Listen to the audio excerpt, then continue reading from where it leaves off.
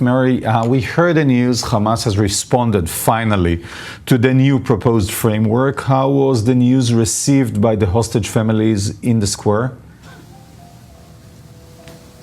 Hi, good evening. Yeah, so actually we've been hearing this news and we've been hearing these reports for some weeks now, so I can't say it was that big of a shock to some of these families who are here. Of course, we also had that news about the 31 hostages officially being confirmed dead by the IDF. They said also this news, it's really not a bit of a shock because these are things that have been released in the Israeli media for weeks now.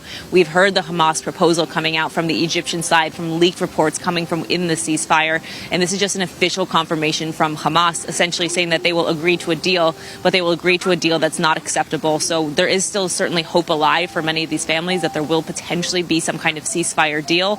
But truly, most of them are saying they don't really know what's going on behind closed doors and they don't really know what to expect. They said that the most that they can do at this point in the war and at this point in these ceasefire negotiations is continue to push their side, that is the Israeli government, to do everything that is within their power to try and get some kind of deal done that will bring their loved ones home. Most of these families, of course, their loved ones have been held hostage for almost 4 months now, 136 hostages. They don't place a lot of stock or a lot of faith that Hamas is going to do the right thing, but they're absolutely putting a lot of faith in the Israeli government that they can try and put pressure on to get some kind of a deal released that will bring these home, whether they are dead or alive. Of course, we're probably going to be seeing the women and children released first in this hostage release, but many of the families here, they know that their loved ones have been killed, but they would also like to see them returned home for that element of closure and for a final goodbye.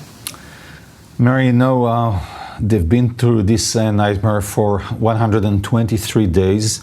You speak to them nearly on a daily basis. How do they still keep the needed optimism, to keep on going?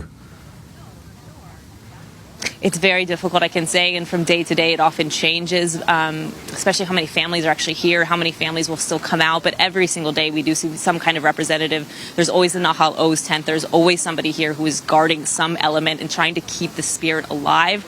And I do think what we have at least seen and what we've heard from talking to them is there is this element of just being together, of coming out to see what's happening at Hostage Square, to see how many people are coming from all over Israel to, one, to pay their respects, but just to show up and just to see that there are Israelis who aren't just going about their daily life and not thinking about the hostages inside Gaza Strip. I do think they've been telling us that it's very reassuring to see that there is this kind of pressure. Also the protests every single week. We've seen them, especially now in Tel Aviv, where we've seen very large crowds. And I will definitely say, it definitely feels like it's been growing, how they are really standing together and coming together to try and make their voices heard and put the pressure on the government. I think they think this is the only way that something can actually get done, is if Israelis and their government doesn't forget about them and doesn't forget about their loved ones who are still inside Gaza.